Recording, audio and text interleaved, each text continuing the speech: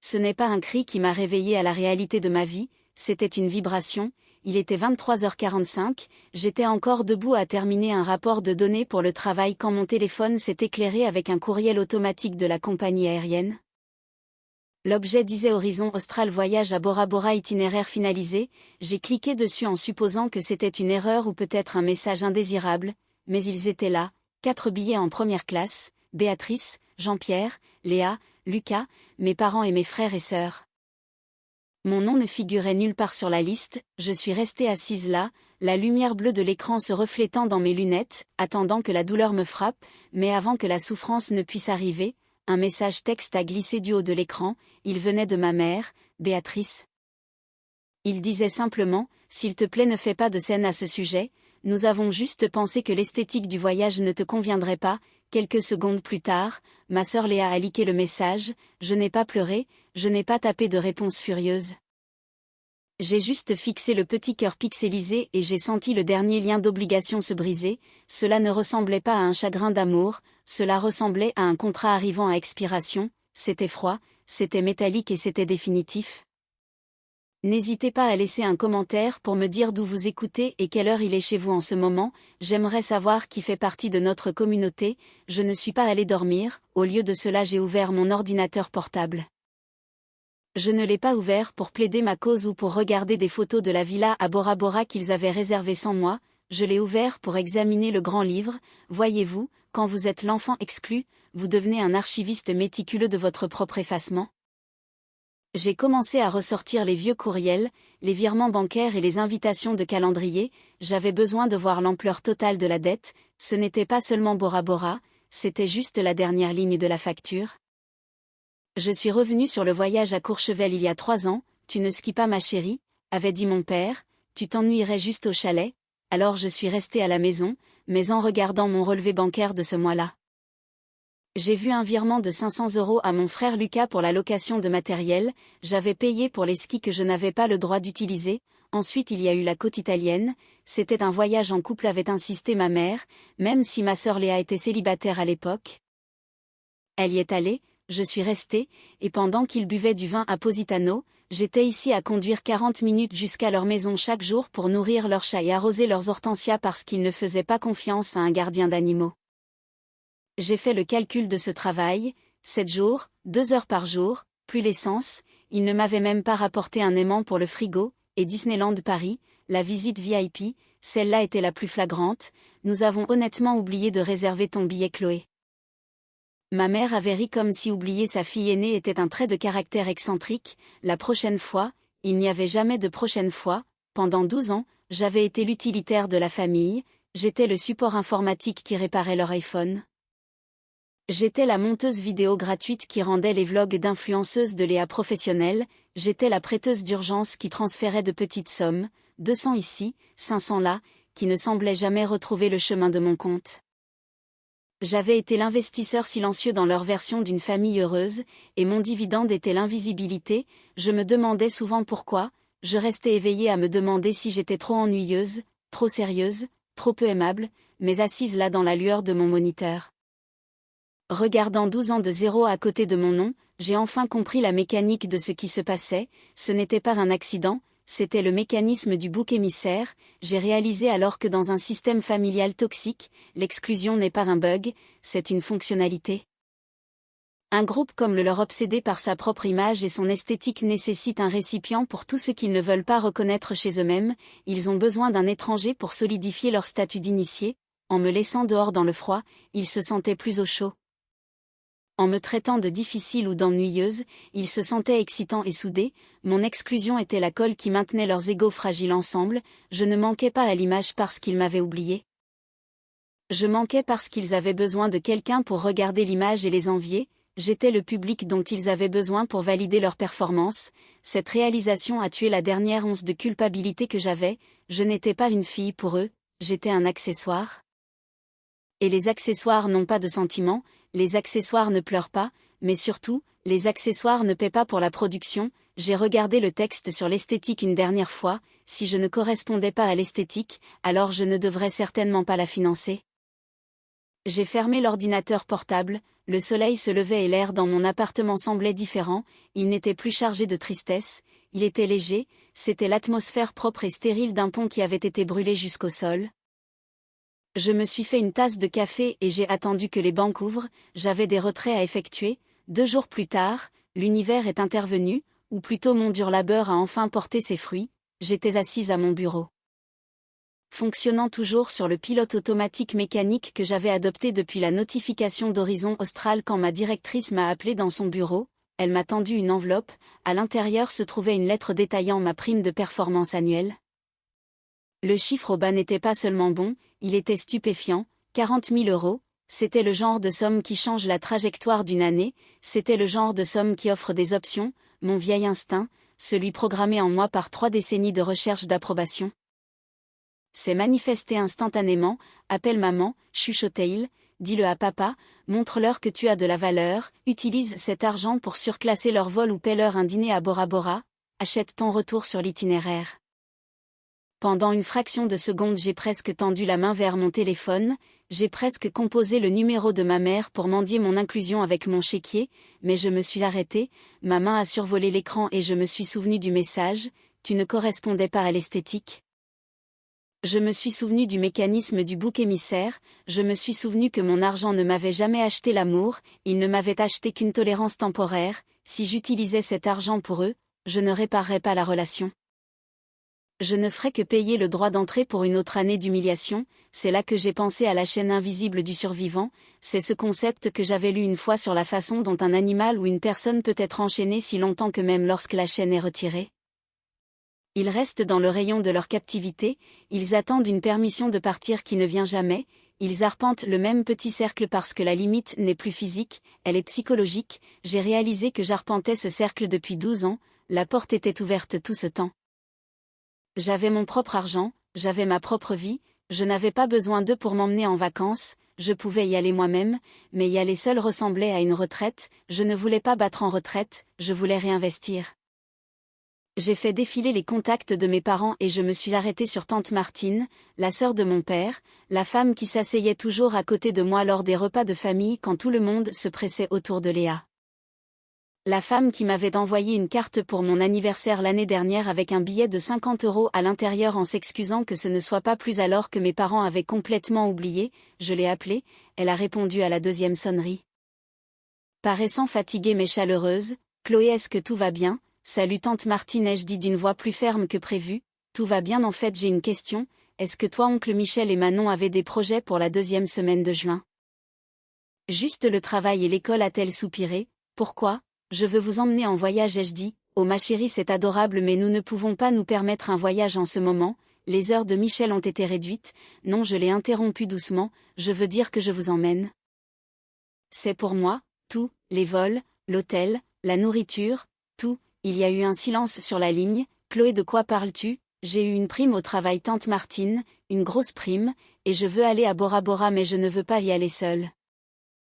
Et je ne veux certainement pas y aller avec mes parents, je veux y aller avec les personnes qui me font vraiment me sentir comme un membre de la famille, je veux vous emmener, j'ai entendu un petit souffle, Bora Bora Chloé, cela coûte des milliers d'euros, nous ne pourrions jamais accepter cela.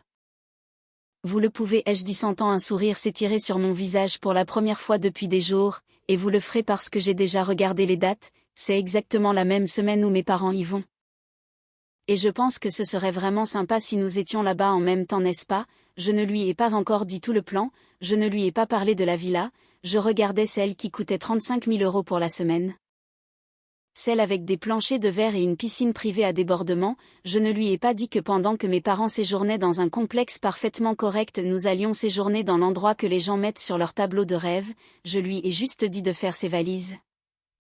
Quand elle a enfin accepté en pleurant doucement au téléphone, j'ai senti quelque chose de lourd se soulever de ma poitrine, la chaîne était partie, je n'arpentais plus le cercle, je sortais par la porte et je ne partais pas seule, j'emmenais les meilleures personnes avec moi.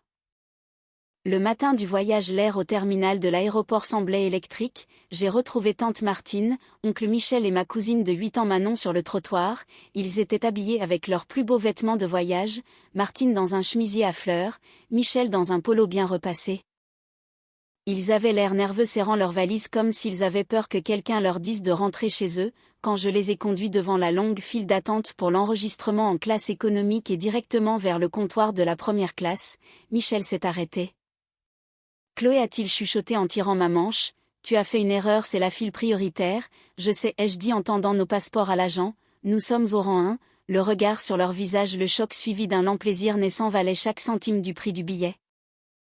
Alors que nous nous installions dans nos cocons en sirotant du champagne avant le vol, j'ai sorti mon téléphone, j'ai vu une story Instagram de ma sœur Léa, c'était une vidéo d'elle et de ma mère serrées entre un siège du milieu et un hublot en classe économique. La légende disait ambiance aéroport, l'espace pour les jambes est inexistant, mais Bora Bora nous voilà horizon austral, je l'ai regardé 2 fois, puis j'ai rangé mon téléphone, je n'ai pas posté de photos de mon champagne, je n'ai pas posté de photos des sièges libres ou des serviettes chaudes. Je n'avais pas besoin de mettre en scène le bonheur pour un public, j'étais trop occupée à le vivre réellement. Quand nous avons atterri à Bora Bora, la chaleur nous a frappés comme une étreinte chaleureuse, l'eau était d'une couleur qui ne semblait pas réelle.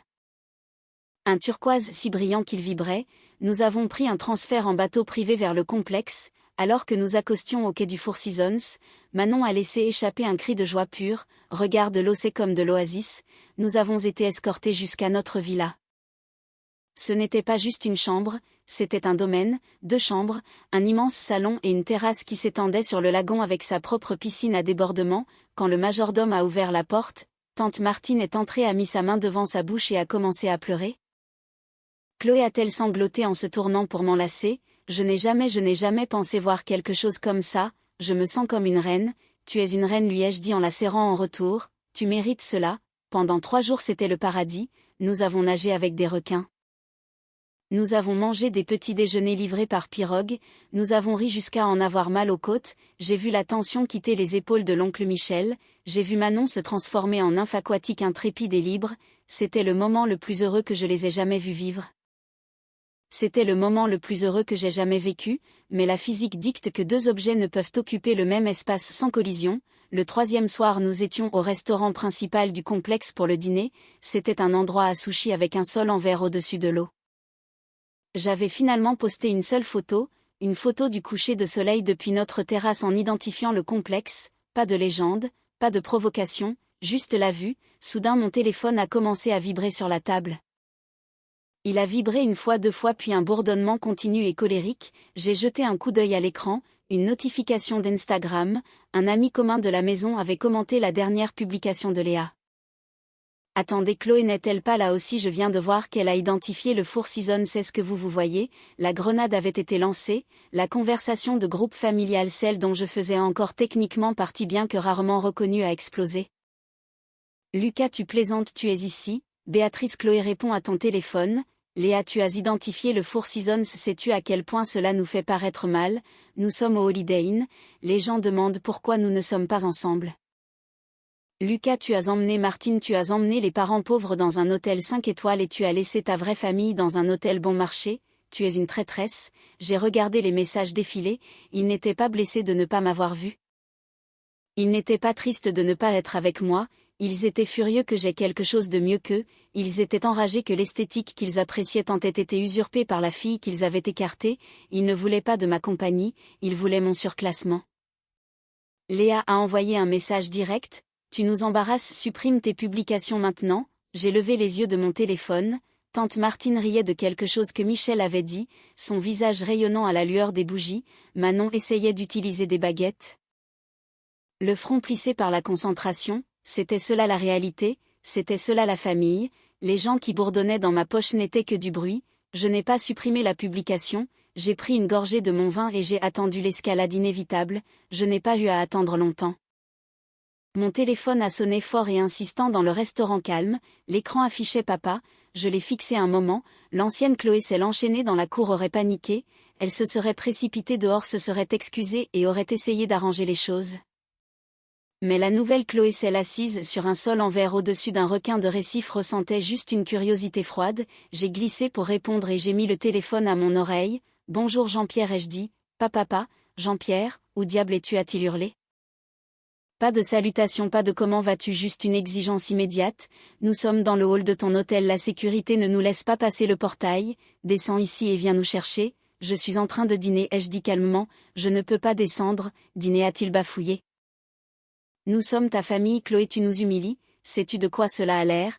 Tu étales cette richesse pendant que ta mère et ta sœur sont coincées dans un motel, tu dois réparer cela tout de suite. Le réparer comment? Ai-je demandé sincèrement curieuse d'entendre sa proposition. Tu dois payer pour que nous soyons surclassés, a-t-il dit, sa voix tombant dans ce ton raisonnable et autoritaire qu'il utilisait quand il essayait de me manipuler. Il y a des villas disponibles, tu as manifestement touché de l'argent, tu dois à la famille de partager. À tout le moins tu nous accueilleras pour le dîner dans ta villa ce soir pour sauver les apparences. Les gens parlent Chloé, je te dois, ai-je répété, je te dois, je t'ai élevé, a-t-il crié abandonnant le ton raisonnable, j'ai mis un toit sur ta tête, je t'ai nourri, espèce d'ingrate. Je n'ai rien dit, j'ai juste laissé le silence s'étirer, laissé ces mots flotter là dans l'air humide, lourd et laid. De l'autre côté de la table, tante Martine avait arrêté de rire, elle me regardait les yeux rétrécis, elle avait entendu les cris provenant du téléphone, elle connaissait cette voix.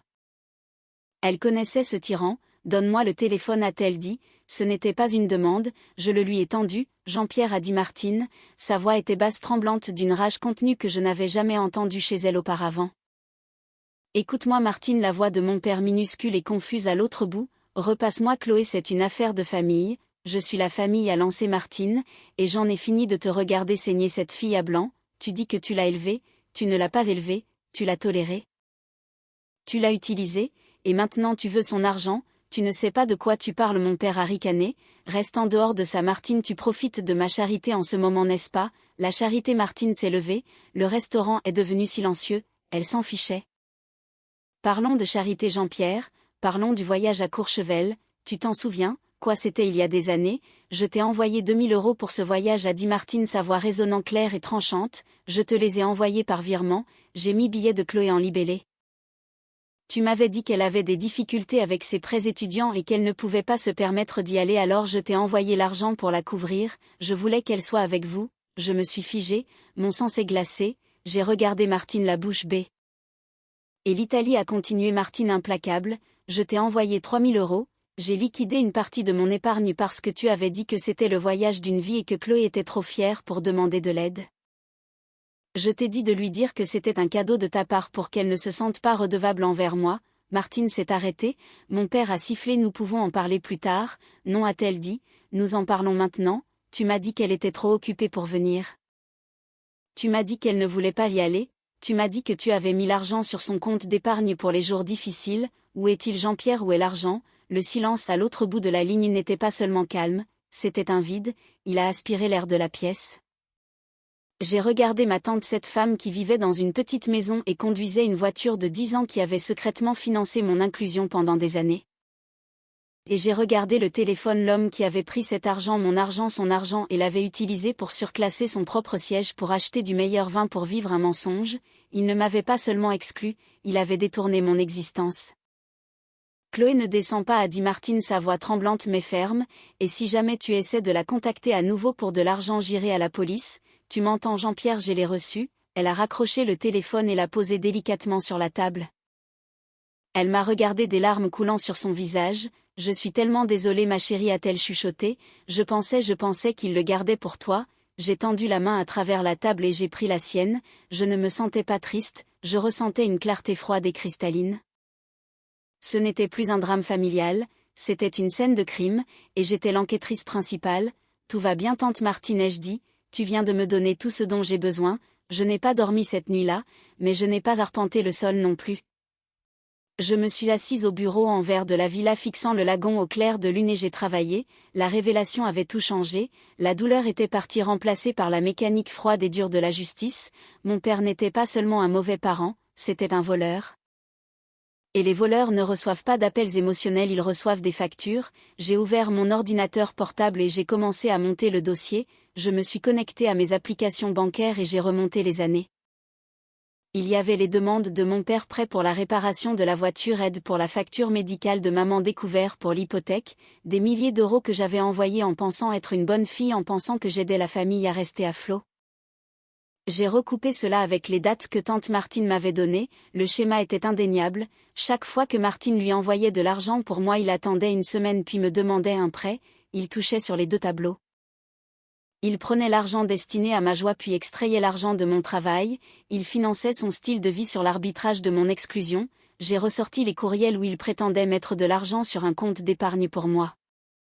Des courriels que je n'avais jamais vus mais que Martine m'a transférés de son téléphone là même à la table du dîner. Ne t'inquiète pas, Martine, c'est en sécurité, elle aura un joli petit pécule. Les mensonges étaient là noir sur blanc, j'ai rédigé le document. Ce n'était pas une lettre, c'était une mise en demeure formelle de remboursement pour Jean-Pierre et Béatrice de la part de Chloé, objet avis de détournement de fonds et de prêts impayés. Ce courriel sert de comptabilité formelle des fonds volés et empruntés au cours des 5 dernières années. Numéro 1, fonds contribués par Martine au profit de Chloé détournés par Jean-Pierre, voyage à Courchevel 2019 2000 €, voyage en Italie 2021 3000 €, visite VIP Disney 2022 1500 €. Fonds de voyage d'hiver 2018 à 2023 8500 €, sous-total 15 000 €, numéro 2, prêt personnel fourni par Chloé à Jean-Pierre actuellement impayé, prêt réparation voiture 2200 €. Assistance médicale 3000 €, aide hypothèque 2022 3800 €, sous-total 8 000 €, total dû immédiatement 23 000 €, vous avez 30 jours pour virer le montant total sur le compte listé ci-dessous.